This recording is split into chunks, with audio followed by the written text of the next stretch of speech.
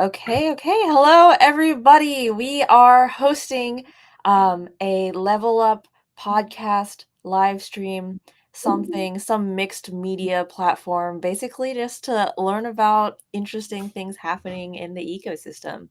So before we start, brief introduction. I'm Emily. I lead the DevRel team here at Scroll, and we have a really great guest with us today. Hannah, I'll let you introduce yourself. Yeah, thank you, Emily. And yeah, great to be on the podcast. And yeah, I've been following your podcast for a while through different platforms. So super excited to be on this with you today. My name is Hannah. I'm leading product growth for Squirrel Canvas. And before building out a Squirrel Canvas with our amazing team from 0 to 1, I've been working in the decentralized identity and social space for the past 2 years. Just finished my master's degree at MIT in May, and excited to see all the tractions we've got with Canvas, and also evolve and grow and iterate on this product with the community. Wow, congratulations, MIT grad. My mom is so jealous now. She's been pushing me to Oh, go I'm to sure, like mom would be jealous of you, and then she'd be like, "Look at Emily!" Like, No. Thank God you're not my cousin. Otherwise, she'd be my, you know what Hannah did the other day? She graduated from MIT. No, okay. that's how we grow. That's the healthy pressure we need. Yeah. Absolutely. Okay, kind of, I guess for the rest of us here to briefly go over the agenda today, we're going to start off with just getting to know Hannah, diving into her background and decentralized identity, folding that into Canvas itself. So if you guys don't know what Canvas is, don't worry, we'll talk about it in the middle of this episode. And the last piece, we'll be diving into reputation in general, asking all those hot and spicy kind of questions of, this is really sexy, but is it actually going to work? Question mark, question mark, question mark. Yeah. We'll find out. So stay tuned. We'll start off. Okay, Hannah. So you've been working in decentralized identity for a while. Can you just tell me, I guess, a little bit about how you got into that space? Mhm. And Yeah. you can start with how you got into Web3, but like there's so many Yeah, verticals, they're all right? connected. Yeah. So my undergrad was actually in background was in political science and like government. So initially, what got me into looking more into Web3 was like this like intellectual curiosity, thinking about how decentralized governance would work, what that would mean, like what are the infrastructure tech stack for it, right? What are the applications, like what's the decentralized like media that's needed in the space, and how do we encourage and verify participation, like either democratically or other type of governance model on chain. So with all those questions in mind, I started looking into the Web3 space in 2019, more like formally, like started like working on like decentralized social project with Mask Network as their head of growth in late 2021.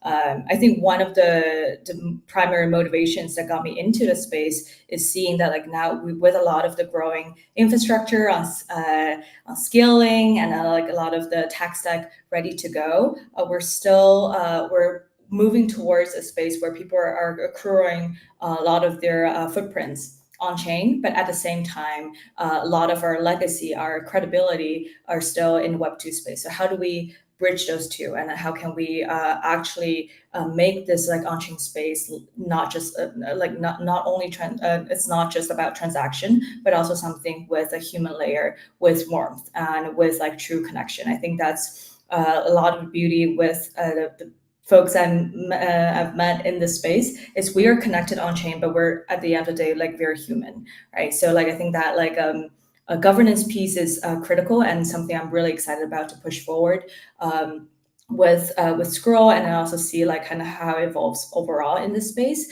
And then to do that, we need the foundation, like to define and understand what's the identity infrastructure for it, right? How can we bridge different pieces of our personas across the web?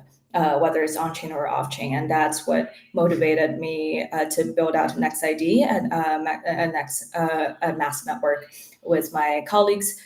It was a decentralized identity aggregation protocol using our own DIT method that allows users to be able to verify and like through cryptographic signature the connection between their Twitter accounts and different wallet addresses, ENS, etc. on chain, and then having that kind of a personal identity galaxy or planet, as you will, that you can bring across the planet. So we've been working on that for the past 2 years, and then the service is still out in, like kind of up in live. And there's like a front end demo app called Web3.bio that you can use to check your on chain and off chain footprint. But also with that, I think there's the challenge of bootstrapping like a DID protocol from 0 to 1. One being like, how do you code start? How do you get more people to adopt the standard from the very beginning? And I think that's why when I was like looking into the problem space and also chatting with other people building out like DID solutions, there's like the a shared sense of I think a challenge around this particular problem. And one of the solutions that I thought about at the time is like we have to leverage existing platforms or either wallets or chains like Momentum, and then adding that identity layer. So identity won't mean anything unless it can be like it's like embedded in your existing ecosystem. We're all like embedded in our network one way or another, right? Like, so identity has to be somewhat connected either to your wallets or to like your on-chain activity, and then it's a very natural progression. Like, you're already using these services, and now we provide the identity infrastructure that connects more pieces of what you did either within this particular chain and even beyond. And that's kind of what got me really excited when folks from Scroll were talking to me about building out the first iteration of Canvas. It was named something else at the time. I was like, okay, this feels like it solves the initial like cold start problem with a lot of the DID protocols, and then that's what brought me here. Oh, amazing. Wow. You blasted through everything I was going to ask you in the beginning. I was like, okay, Oh I'm my going to take a break and then ask this god. question. And then I'm like, okay, never mind. Hannah's got it unlocked. Never mind. But yeah, I do think it's very interesting that you brought up that cold start problem. I mean, you have that kind of with probably everybody who's launching any sort of product. So like founders in general, we all cry, like, how do I get my name out in the space? But I do feel like it is particularly poignant for like DID because it's such like a network effect driven kind of Exactly. activity. So when you say leverage other like existing ecosystems, that's my favorite thing. I don't know. My catchphrase is exploit other people's social graphs. You know what I mean? Merge, exploit, be interoperable. Like, Yeah, yeah, we talk about interoperability a lot in this industry, but at the same time, folks like to build out a lot of infras. yeah, The infras itself, like they need, like I like to see how they like start coming together right. in a more of a kind of vertically integrated manner, rather than having everything kind of laid out in parallel, right? And in Yeah. that case, it's we're like kind of we don't want to keep reinventing the wheel. So I guess like kind of on that note of fragmentation, I want to talk a little bit more about your time at Mask, and then we can talk about the meat and potatoes of Sure, um sure. Canvas. Is like, what did you how should I word this question? Like, I'm assuming Mask was multi-chain? Yeah. Yeah. So Mask itself was a chain agnostic. Well, it started out as a just a browser extension that Mm, you can install right on top of like, so that it changes the front end of your Twitter. You can send encrypted tweets. You can send crypto like giveaways, like lucky drops and all that using that browser extension. So it's kind of the portal to Web3, vampire attacking Web2 traffic. yeah. Yeah. Um, and then so the prelude to Next ID was called Mask ID. So it was Mask was using decentralized identity to power that browser extension. And like since I joined the team, there was already like we were talking about like taking this out as an open source DID protocol so that more applications can leverage the growing like user base that Mask has already had, the growing identity graph that we have to power their like search functions or profile functions. Yeah. Mm. And was it mostly centered on like social Yeah. activities? Okay. Yeah, so I think also within identity space, you have a whole spectrum from the hard, oh, like your biometrics. I won't name the projects, but like scan and Yeah. to the like super like anon type of thing. And I think a lot of the like use cases, I think is somewhere in the middle, unless it Mhm. really touches like hardcore like financial KYC type of use cases. Most of the times we just want to first prove that we're real human. And then also like if I've had a high degen score, or if I've been like a early contributor, core dev somewhere on GitHub, like I want to prove that kind of legacy. And then, especially when you think about how a lot of the Web3 companies are formed, not every single dev that you have has like a LinkedIn resume and all that stuff, right? So how do you like verify like who you are, right? And then showcase that you are not an imposter. And then that's what motivated us to have this kind of a somewhere in like a more social layer, Mhm. proof of your identity by verify, like kind of a connecting, like your GitHub, Twitter, Discord, these handles with some of your on-chain identities, and all these are user initiated. And then we don't work with any private data. So whatever we've aggregated out there that you can see is something that's already out there on the web. And and if you don't know that it's out there, like other people must have known. So it's better to like at least keep our users on the same page with all the data analytics solutions out there on chain, right? Yeah. Yeah, so that's kind of what we work with more into the social gaming kind of or like a soft like lending kind of those use cases. Yeah. Yeah. Um, okay, cool. I mean, let's just take questions as they come along because Oh, audience wow. questions are more interesting than my Yeah. questions. This So is like the first live bring stream I've yeah. been on. I think I feel like a like an influencer right now. I don't know how many people are Yeah. actually. I mean, you are influencing me, so Oh wow, one yeah. at a time. I believe in high touch. Okay. Okay, cool. So we have a question here. Loving the stream. Thank you so much. How do you see on-chain reputation evolving to handle more complex real-world scenarios? Mm, that's a very interesting question. Real world scenarios. That's a broad. That's very complex category Um, in itself. well, if it helps to maybe hone in, I'm Yeah, gonna maybe. I'm gonna rephrase his question because I do have this question later for the podcast, but we can just Mhm. ask it now, right? Yeah.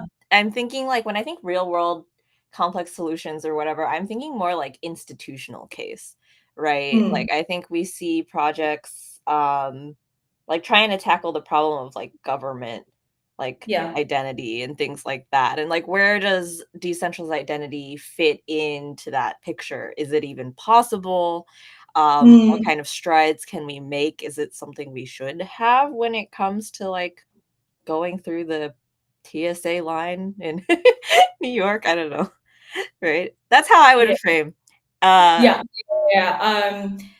Yeah, I think on-chain, first of all, to that question, on-chain reputation hinges upon like user having a self-governed like identity. Right now, I think it's very much tied to at least one of our wallet addresses, right? Like that's like a decentralized, self-governed like identifier that you own. And for example, like with Canvas's implementation, like your profile is linked to one particular wallet, but you can have other types of system design as well.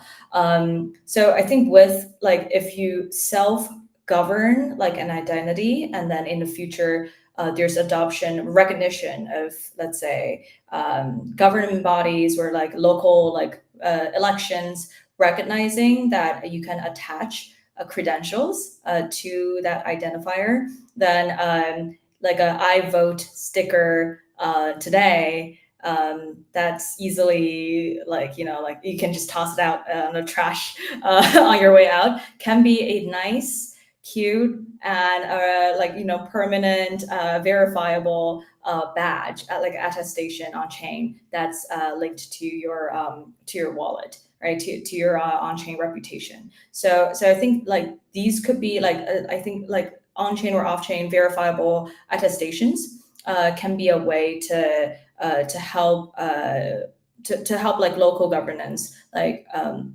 understand and then give people this like kind of a proof of encouragement and endorsement and proof of participation, but in a more digital and verifiable way. And also like that, like hopefully like increase like more young people who are now on chain and online to participate in those activities. So I think that could be an area where like yeah, like if you have a badge that says I voted, and then people know that okay, you're Hannah is voted in Boston, that sort of thing. That would be cool. And also like my MIT diploma, for example, is already, they actually issue a blockchain based diploma Oh, right now. wow. Yeah. Interesting.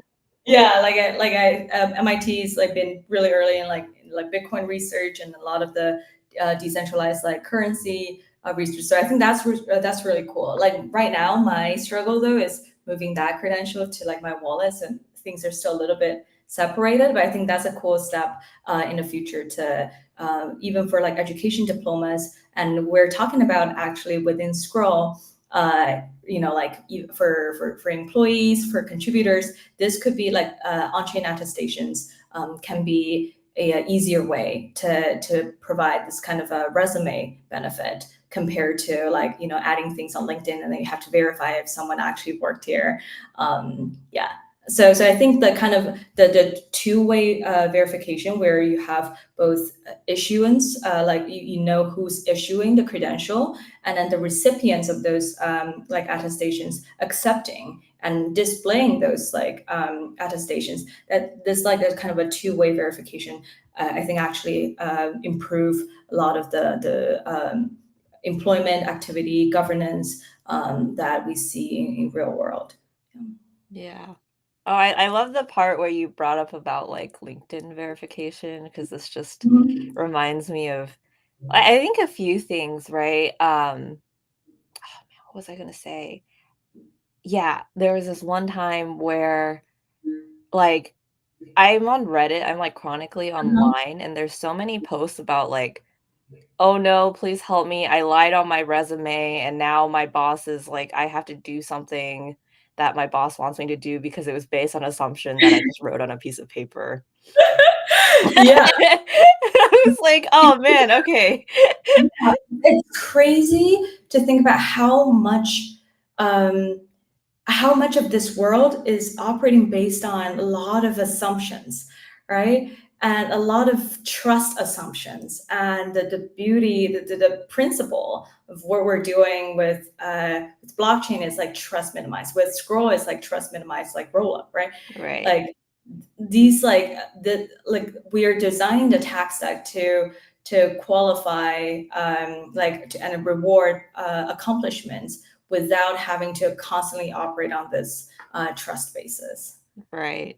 So Um, yeah, I think kind of also the double-edged blade of trustlessness probably is a follow-up question. Thank you so much for the continued questions. oh, Is another one. How do you plan to prevent users from unfairly boosting or damaging reputations on chain?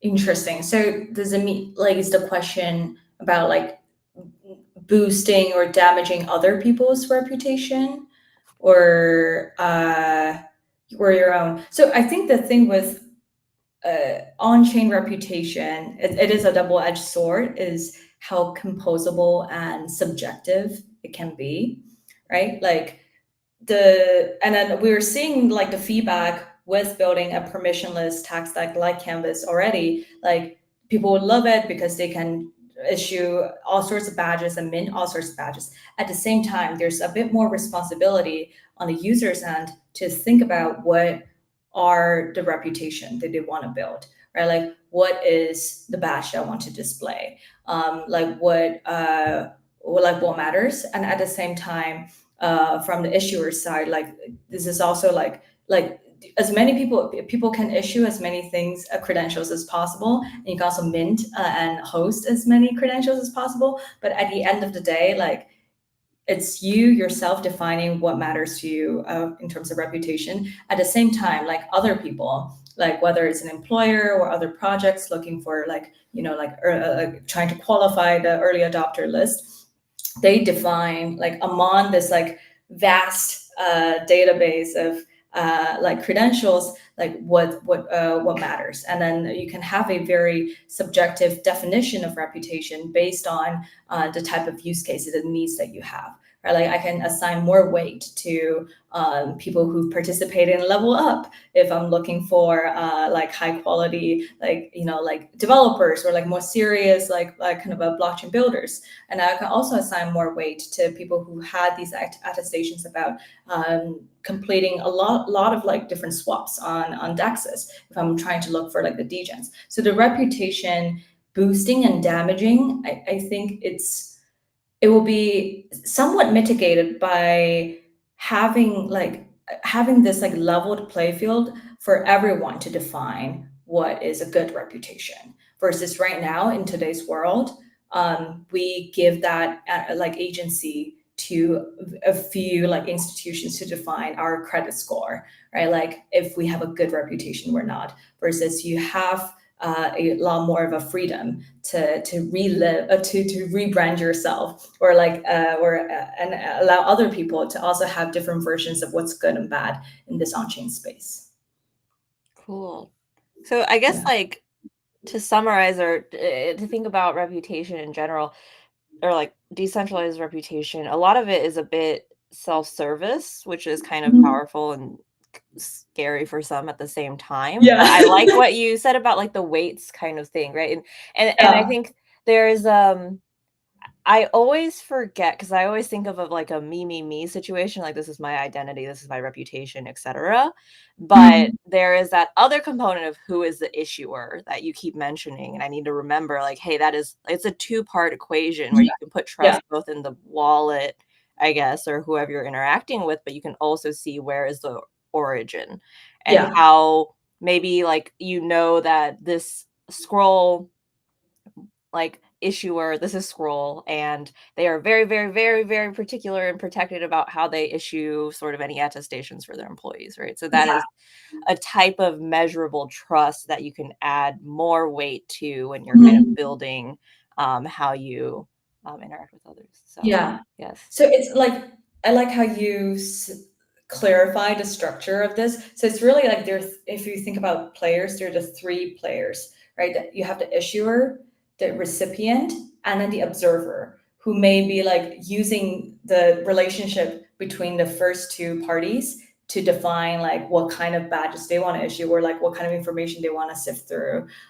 that. So we're creating I guess a triangle is somewhat stable. So Yeah, it's just I think on a it's the most triangle, stable geometric polygon. Oh yeah, my god, my math's so bad. we're creating a three-party structure Yeah, yeah, yeah. to overall create like a dynamically stable and kind of a credible reputation tech stack. Yeah. Yeah. Amazing. Okay. We jumped around, and I want to circle back because I know we've mentioned Canvas and badges a few times, and I don't want to get away for people who I guess are listening. They're like, what is all of this stuff that you're Yeah. talking about? So let's start from the top. Your involvement at Scroll, like what is Canvas for the uninitiated? Yeah, yeah, sounds good. So I will try to explain this in as few sentences as possible, and let me know in the comment if I've done my job well or not. So in short, Scroll Canvas is a non-transferable, like on-chain personal space that users can mint through their wallet to display on-chain credentials, status, and achievements that they've collected across the Scroll ecosystem. And then these badges are all permissionlessly issued by different projects across Scroll's ecosystem. So we want to add a social, educational, and reputational layer to users like on-chain experience. All of the canvas itself, you can think of it as your on-chain persona. It's not transferable. It's a smart contract, in short. And then the badges themselves are also non-transferable attestations. So they're not NFTs.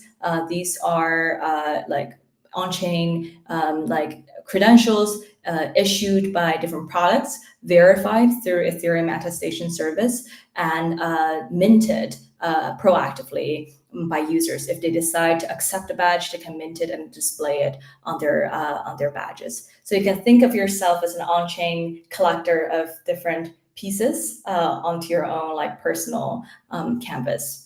And for developers, we built this whole tech stack as a permissionless tool for all type of developers and projects to use badges to facilitate interactions with their end users, like product education, membership perks, like identity, like kind of like verification, all sorts of use cases. Cool. So Canvas is, I guess, would you say it's built by Scroll or bootstrapped by Scroll? It's like, Yeah, I would say it's initiated by Scroll and co-built by a lot of our pilot projects. So my main contribution to Canvas, well, first of all, I was one of the two people who brainstormed Canvas. So I was talking with our other PM, and then the old name for Scroll Canvas is called Skelly, because we want this to be almost like just like a skeleton of a human body, that eventually like users will grow like their own persona. But I think that the name Skelly is not super intuitive, so we're thinking about what's representative, but also artsy and fun. And then canvas came to mind because I paint leisurely. mm, So Canvas, in terms of the whole tech design, is initiated by the Scroll engineering and dev team. So we've given a lot of thought in terms of being very cautious of making sure we provide the basic functionalities of what a canvas can do, and what badges can do through EAS. So thanks to our partner at EAS for working on the badge part with us.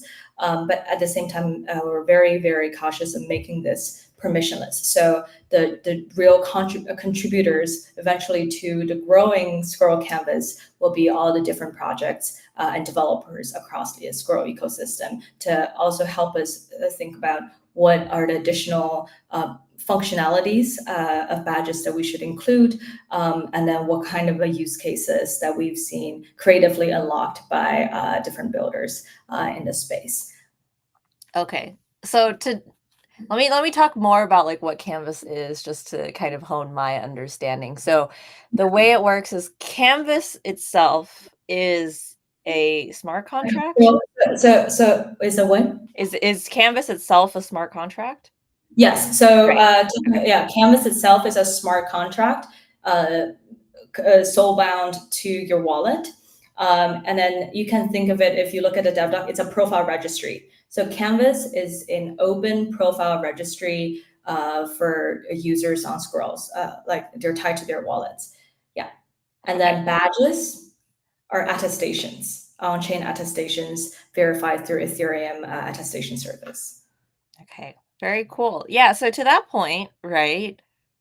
Why build Canvas? I think this is a really interesting question, right? Like Scroll Uh-huh. is we're a scaling solution, right? So why Yes. dedicate resources to this kind of activity? Yeah, that's a great question. So, um, as we scale, as we scale Ethereum, right? As we scale the overall like Scroll ecosystem, I think there's a blank space that we identified. Is like, how can we better facilitate interactions between different applications under a community on Scroll. And also up until the launch of Canvas, Scroll Foundation we don't have the kind of the bridge or the mechanism to engage with the entire like user like community altogether, right? We've done like the Squirrel Origins NFT for like early contributors, and that's very, I think, more like dev focused. But for the entire community, everyone can now use like mint a Squirrel canvas, and when you mint it, there's like a heartbeat. So it's really like having your life start on Squirrel, and then that we want to have that like kind of a connecting tissue between us as an infrastructure chain and the end users. And the connecting tissue there is both through Canvas as a profile registry, and also like having the projects start issuing different badges as way to like tighten up that continuously like engage our end user base with different applications on Scroll. And also, as we scale, more users are like accruing these footprints, achievements on chain, and then Canvas is a great way to recognize what they've done in the past, and also hopefully serve as a way for the badges to lead users to discover new creative like products launching here. Yeah, very cool. I realize I should probably put up the link for people who want to actually explore what Canvas is. So I'm gonna put this in the comments. If you're listening via audio and not visual means, it's scroll.io/canvas. Oh, I have the slash mint. I think you can ask for an invite code for a discount. Yeah. Do you want to post yours or mine? I don't have Um, it on hand. okay. Let me do that. So we have a small mint fee just so that we want to make sure people like it's real users minting it. But if you invite your friends, we see average like people invite like 3 to 5 of their friends to mint, and then it saves like 50% of the mint fee. So just give me a second to. Yeah. So, I mean, this is really cool. If you didn't hear her like pick out the heartbeat point, like Canvas has a heartbeat design that actually reflects your on-chain activity. So if you're not doing anything, the heartbeat is a little dead, right? Is that how it works? It's a little Yeah, morbid, but I yeah. kind of like it. It measures the activities you have on Scroll for the past 7 days. Mm, So it's different from your cardiovascular activity. The more you exercise, the lower your heartbeat. Here, it's if you're not, you're yeah. Yeah, that's funny. slowing. Yeah. um, yeah. So I'll paste my share canvas, invite and give. Look at that. Okay, so where do I You can post? send it to me in the private chat. Okay, The chat. streaming software. Um, yeah, but I mean, like talking about Canvas, I'm very interested in kind of just the story of Canvas here. I'm gonna post this. Okay, invite link. Blah blah blah blah. So I guess for those of you just listening in, it's Canvas/invite/1HIJR.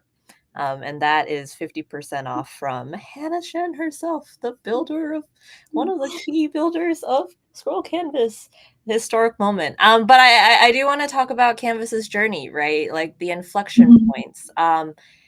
In its process, were there any big questions that you guys had to answer that, like it was something that's really huge that you guys had to launch, right? Like what was the Yeah. tough decision you had to make?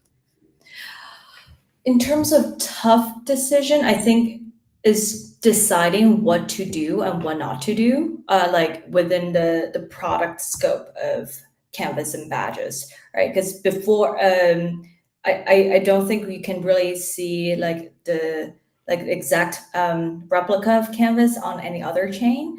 And we've seen like different type of engagement campaigns, not products, launched on third-party platforms before.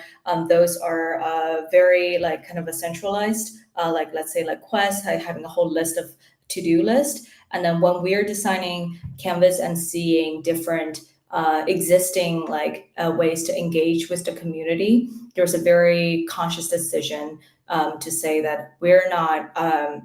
This is not like a task list of people to do, and I know like it will take people a bit of a learning curve to like to figure that out. Like we are very kind of a self discipline in like not like having Scroll as the tech stack, the infrastructure provider, having a few example badges and the code ready for people to use, but kind of guide different projects to say that this is like you should be the one driving the kind of your badge design and issuance versus like us hosting a whole list of to-do list for our users, right?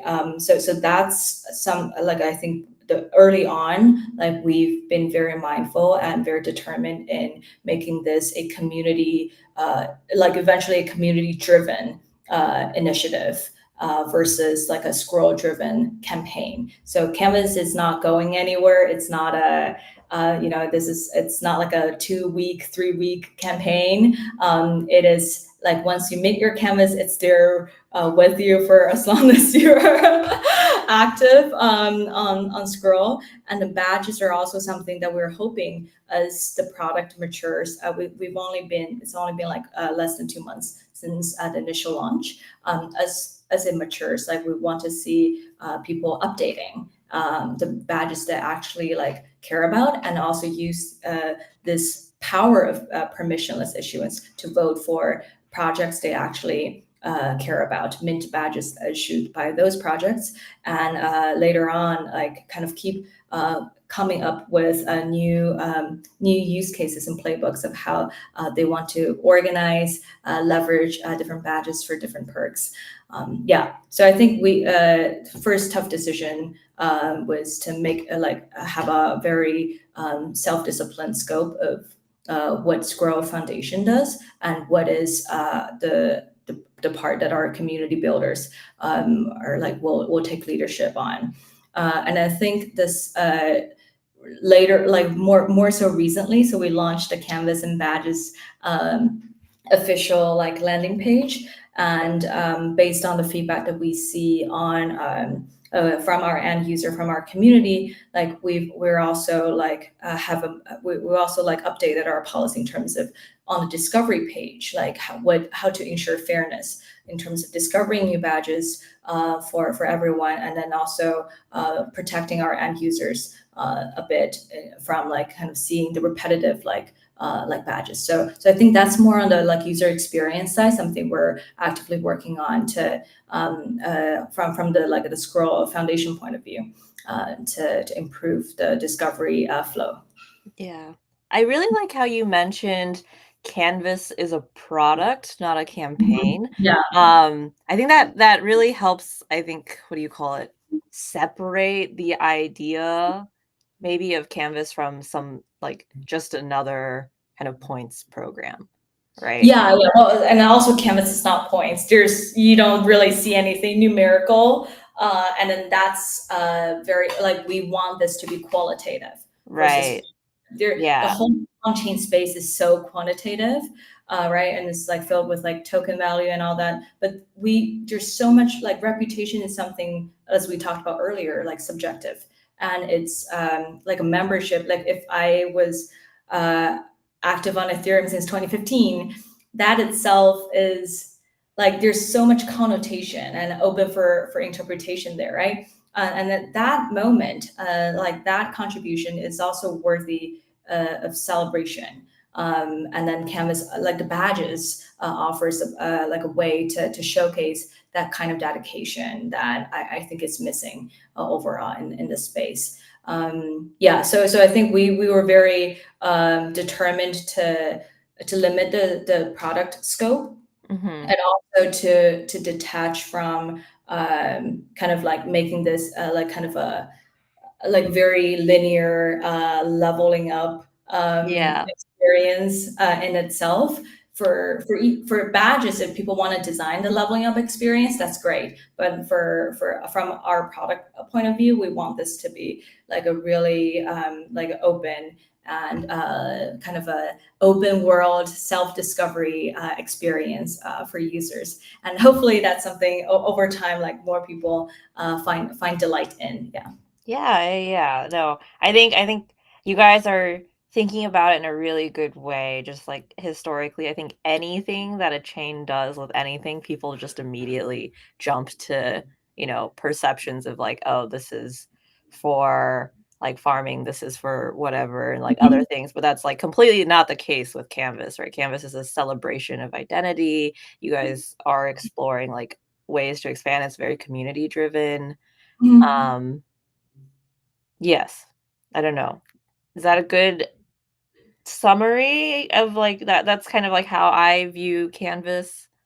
Right, right. I think it's like like a kind of a running personal record of what Mm, you've done, right? And then if I'm not trying to exclude farmers from this. Like, if you want to tell people, I mean, we had some of our biggest fans, supporters on Squirrel who are just really crazy about minting. Like I've seen people minting like 40 badges, right? If that's something you're really excited about, like go for it. But I don't think like that's not the goal like of why we have designed this to be permissionless, and we want people to be a bit more mindful with only like minting badges that they consider to be valuable. mm, Like, the Squirrel ecosystem has like hundreds of projects. It's not possible for me personally to like sift through like each one of them, and then look at like how exactly they're treating their community. But by looking at like badge mint and our community feedback, then it gives us like also a very good channel to see what are the projects that are designing experiences that with user first in like a kind of approach, and what are the products that could be a bit more mindful with how they're designing their minting process, etc. Yeah, so I think that's something we would love to see more kind of this like community bottom up governance, and using like badge collection as a way to tell us like what are some of the high quality ecosystem projects emerging on Scroll. yeah. No, thanks for that clarification. I think that really heightens what Canvas potential can be. And to that point, I do wanna talk about, Canvas is pretty insane. I think when you guys launched, everyone was like, "What's going on Scroll?" And I was like, "Oh, this is Yeah. Canvas." 'Cause I guess one of the questions, right, is like how many projects are using Canvas? I don't know if you know the top of your head, but I guess also because it's Mhm. open source, it could be like infinite and we wouldn't Yeah. necessarily know. Well, I can send you well, I mean, the beauty of having this all like kind of a canvas, a smart contract and everything like on chain, is all these are open data, so anyone can start building out. Like, we're already seeing community building out dashboard to see what are the top badges people are minting, and then how like the ongoing like a number of people having canvases, and then the average number of like badges they're minting. So and we're thrilled to see the attraction. Like, me personally, I didn't even like expect such a great response from our community. The first week of launch, we didn't even have it like on the website. The place is very we had like one post, and then and we had like 300K, I think, a canvas mint within the week of launch, and then now we are at 500K, over 500K, like people with canvas, and over 2 million badge like minted.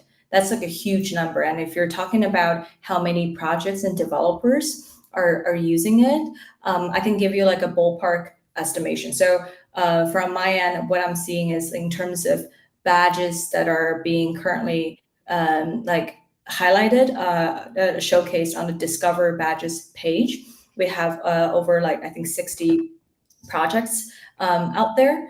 And then if you look at people who've tried out, like developers who've tried out like issuing badges, we have I think the unique number of issuers on EAS is somewhere around 200K, like testers. So those are the people who've like like issued attestation, issued badges. Yeah. Yeah. Wild. I was looking at I don't know if you saw, but I flashed the Dune Yeah. dashboard, screenshot, and it was like, what, the majority of the badges are the Ethereum year, Yeah. which is Mhm. actually really cool because I remember going through when Canvas launched, just internally, people were like, "Oh, look at all these OGs, like, Yeah. participating, like, 2015 pre, like," you know, did Vitalik get one? Did we? Yeah, yeah. Maybe. Okay. Yes, that happened. But Yeah, I mean, there you can see there are definitely people who have minted Ethereum in 2015. I think it's in single digits, but it's verifiable. It's out there. yeah, which Wallets is high. super Yeah. bullish. Okay, I want to we have what, 15 minutes left. I want to get kind of One, I think, call out on Ethereum year now while we're on yeah. that, on that topic. I think that's like a great example. And then one of our goals of like showcasing what a badge could do. So a lot of the projects right now are using badges as more kind of oh, you do this and you get a badge, right? But for Ethereum year, it rewards and qualifies kind of your who you were like already. Like you don't have to do additional action. And we've seen like I think over 30% of the users who minted the badge were active on Ethereum pre by like 2021.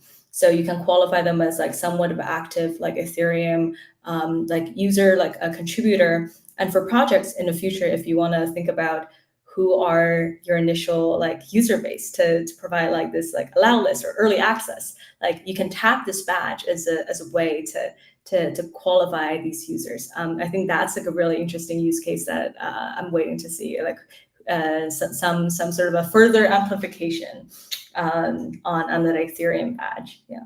Oh. Yeah, no, that actually was like one of the coolest badges that I immediately went and minted that one when I saw it. Yeah. Yeah. Yeah, no, I love that you also framed it as it's not something that you do, it's also a representation of your past, right? Yeah. And, like, Hmm. also kind of from a project perspective, helping to kind of hone in on who your audience is and who your users Hmm. are, Yeah. right? Exactly. So very exciting, but I okay. We have, I guess, at this point, 12 minutes left. I want to talk about kind of the big picture questions, Uh-huh. right? And we touched on them a little bit in the beginning. Um, I guess we have another question live too, so I'll just Uh-huh. the audience is more important than me, so we'll start with this one. Like, how do we protect reputation, Mm. right?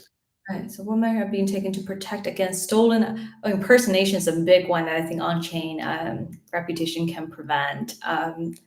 So all these like phishing accounts out there that my first like hackathon project was like helping out this like anti-phishing plugin because I was appalled by how much scams happening in Web3. Okay, so I think in terms of protecting your reputation, by what like I think within this context of canvas and badges, like we're seeing a few different identity badges, like with Gitcoin Passport, Trusta, etc. So you can use like services that you trust that has like either some of your like existing like file like real world ID information, or you've already conducted like a series of like verifications with, and then bring that off-chain like verification to on-chain through like Ethereum attestation service through a badge. So that way, in the future, when let's say we're like allowing users like qualifying users based on like wallets, then that badge serves as your like Twitter like blue tick mark as like, okay, this is the verified user, versus other wallet addresses with the like I think you will like run into less and less of the problem with like just like having like a very confusing like a similar misspelled like username and impersonate, because like people will be looking for the attestation, the credential as a way to verify, to qualify, and filter out users to start with. And I think in terms of exploitation, that's a very important question, because so right now we're working with all like public data, and everything that you do decide to display on Canvas, like different badges, are queryable, right? So I think we've all see all those like spammy like NFT drops and things coming into our wallets. The way to prevent that from happening with the Canvas design is users initiate almost all of their like badge mint. So you can check what badges you're like eligible for, but you don't have to mint it, and minting it costs like a small gas fee, right? So like I think it's a two-sided choice, like what to issue and what to mint, to reduce the amount of like spams that we see in the space. We do have like a particular badge type called gifted. So essentially, if you already hold like a pudgy penguin, or like if you already like have like a certain asset, and then the issuer decided of the same project decided to give you a badge for like a membership or for a ticket, then they can gift it to you, like, so users don't have to pay additional fee for those type of badges. Okay. Yeah.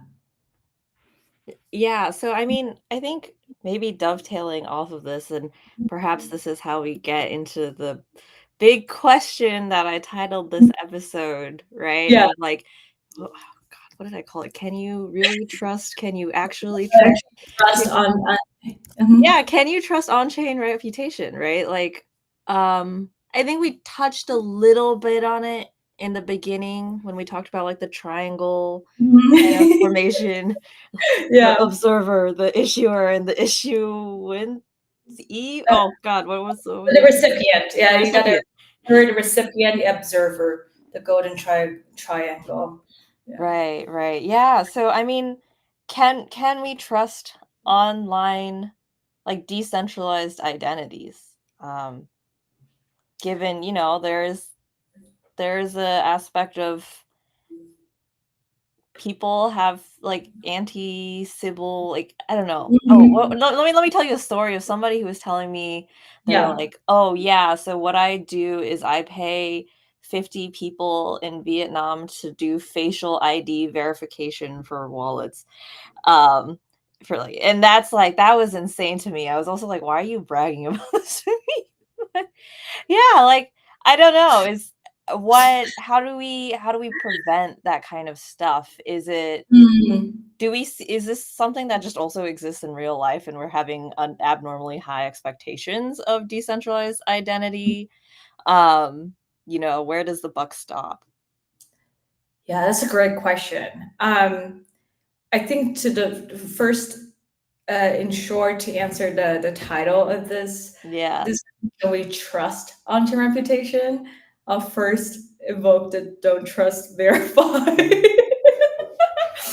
It's a cliche, but that's like you can verify versus a lot of the other off-chain reputations in the past are either defined by others, so you can't change it, nor can you verify how they come up with their reputation, right? Or you just simply can't verify, like you said, like I can do horseback riding on my resume, and it's a very optimistic that's not an optimistic role. It's an optimistic presentation. Yeah, yeah. It's true until someone has involved fraud fraud detection. So I think, yeah, like, can we trust on-chain reputation? Don't just blindly trust anything that's presented to you, or like verify, like, and then these are like on-chain reputation is something that you can verify because it's composed of, it should be composed of every single component that puts together your like this overall like reputation, one version of your reputation and a persona should all be verifiable. And then to the second point with anti-civil and then like cheating, right? I think we're in the process of like reducing people using like kind of yeah, like finding those loopholes by introducing the role of like issuers in this like kind of in the context of like badges, right? So you how can you like impersonate so essentially like you like if it's a backend authorized badge, then like you just can't like hire like five different people to claim the badge if that's not initially like issued to you. So I think that the issuer matters a lot in terms of like you should verify who the issuer is, and the issuer matters a lot in terms of adding the credibility of someone's like on-chain reputation. Like for example, like people can't, if we're using Scroll Canvas as a way to look at for on-chain resume, right? Like people can no longer say that they've completed level up without like displaying like a level up like completion badge. I think that's something we've been talking about like designing. So like I think like everything becomes a lot more transparent and verifiable, and the by carrying those properties, hopefully we can trust on your reputation better. Yeah. Amazing. So to summarize, the answer is no, you can't trust on-chain reputation, but you can verify it. And like I guess the cool thing about blockchain in general, right, is like everybody's doing all these different things such that you can basically, what do you call it? Get to a minimum amount of trustness, Yeah, I guess, depending on yeah. how you decide to assign value. Right. So I can also say yes, you can trust a version of on-chain reputation. Yeah. Um, you can trust because you've verified, you've done your due diligence. Yeah, I think everyone having the tool to very easily do the due diligence is something we've never seen in the real world like operations. It's so hard to verify something. Like I have every year I help verify like Harvard MIT impersonators because people just claim that they did it. And Wow. you there's some like really weird like impersonation happening. I don't even know why they do it. Some people just like straight up like lie in front of my own face. I'm like, I've never seen you in school, I don't know why you're doing that, right? But others just like people come to me like for example as the verifier, as the issuer sort of thing. But it's very hard to fact check those things. But if our diploma and our completion are on chain, then it's a whole different story. Yeah. Okay, cool. So I like to wrap up with, well, okay, I've only done this once, so we're gonna start this tradition, and the tradition is two things. First off, Mm. shout out to Hannah. Thank you so much for joining. Thank you If you for guys enjoyed this stream, podcast, episode, whatever, please subscribe, show your support, so that we know this is something we should continue with. So I guess if you're watching on Level Up Web 3 on X/Twitter, that is actually something we're working on with Canvas in the future. It's going to be, we are an education platform, kind of your one-stop shop to connect everything from like learning advanced Solidity all the way to actually getting jobs, and like what does it look like to use kind of reputation and certification of like actual developer activities to create some sort of credibility when it comes to like doing stuff in like in terms of I guess the professional workspace or being a founder or grants and all these other things, but whatever. yeah. So subscribe, Level Up Web3, follow us on Twitter, on YouTube if you're watching YouTube, if you're on Scroll LinkedIn. Keep being professional, gung-ho about it. And then the last piece that is the most important, this is a question for you, Hannah. Mm-hmm. If you were a type of soup, what kind of soup would you be and why? Do you, like, are you gonna ask the exact same question to every single speaker? Or We'll see. If everyone ends up being chicken noodle soup, I might change it. But oh, for now, you are one of one soup person. soup person. I'm a huge soup person. If I can tattoo soup on my back without my mom like disowning me, I may just do that. I mean, you just graduated from MIT, so maybe your mom would be okay. I'd be like, that's a diploma. So I think I would be a bowl of chili soup, like a bowl of beef chili. Oh my god. Um, I would have because never expected that. really, Well, I mean, just more so because I haven't even thought about chili in, like, a long time, so oh, see, I just had chili like in a hot summer day, like Oh, 2 weeks. wow. Yeah, I think that I'll be that. It's heartwarming when you're skiing, like like Mm. and it has so much different layers and content Just to it. like Scroll Canvas. Yeah, I It's know. the warm layer to blockchain where you It's can like, compose the beans on top of the meat with the there's cheese and beans. layered it on. Yeah, there's the beef. It's everything. And you Yeah, get yeah. Okay. the whole chili. Mm. Fantastic. Thank you so much for joining, Hannah. We had one last question about how to get connected and learn more and ask questions. There is a Discord, so if you go to Scroll Discord, I don't have the link directly on me. Um, yeah, I can. So Oh, I everything, found all the links that you need are in our Notion doc called "Introducing Scroll Canvas Batch Integration Guide." So you'll find the link to join our Discord channel for developer support right there.